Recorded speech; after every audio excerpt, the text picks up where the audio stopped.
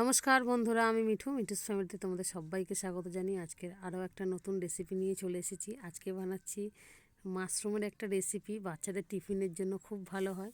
তবে আগে আমি আলুটাকে ছাড়িয়ে ডুমডুম করে কেটে নিয়েছি, পেঁয়াজ কলিগুলোকেও আমি একটু ছোট সাইজ করে কেটে নিয়েছি, আর আমি মটরশুঁটিও ছাড়িয়ে নিলাম, জলের মধ্যে দিয়ে দিলাম। এবার আমি কেটে নেবো পেঁয়াজ, আর রান্নাটা কাঁচা লঙ্কায় হবে পুরো। আর পেঁয়াজটা কেটে নিয়ে তারপরে আমি একটা একটা করে মাশরুম যে একসাথে হয় ওগুলোকে ছাড়িয়ে আমি মধ্যিখান দিয়ে করে চিড়ে নিলাম।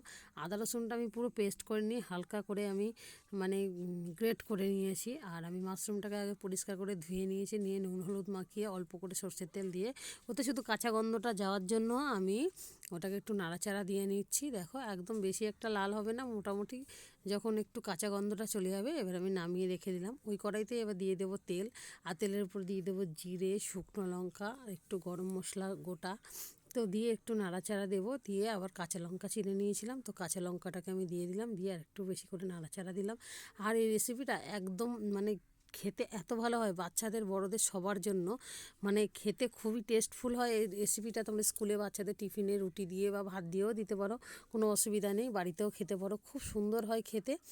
আর তারপরে দিয়ে দিলাম পেঁয়াজ কড়িটা দিয়ে একটু নাড়াচাড়া দিয়ে তারপর দিলাম আলু আর মটরশুঁটিটা দিয়ে আবার কিছুক্ষণ নাড়াচাড়া দিলাম। আর এই তরকারিটা একদম জল যতটা কম দিয়ে পারবে সেরকম দেবে, কেননা জল খুব একটা দিলে ভালো লাগে না খেতে। তারপরে একটু নাড়াচাড়া দিয়ে যখন একটু আলুটা একটু সেদ্ধ হয়ে এসছে তখন আমি টমেটো সস দিয়ে দিলাম, অল্প সামান্য একটু জল দিলাম, দিয়ে আবার একটু নাড়াচাড়া দিলাম, দিয়ে একটুখানি ঢেকে দিয়েছিলাম। তারপরে সেটাকে আমি আবার ঢাকনা খুলে আবার একটু নাড়াচাড়া দিয়ে আর যে মাশরুমটাকে আমি হালকা করে সটে করে রেখেছিলাম ওটাকেই দিয়ে দিলাম, দিয়ে এবার একটু নাড়াচাড়া দিলাম। একটুও গুঁড়ো লঙ্কা ব্যবহার করবো না, রান্নার কালারটাই হবে একটু হলদেটে টাইপের। তারপরে আমি দিলাম গুঁড়ো গরম মশলা, দিয়ে আবার কিছুক্ষণ একটু নাড়াচাড়া দিলাম।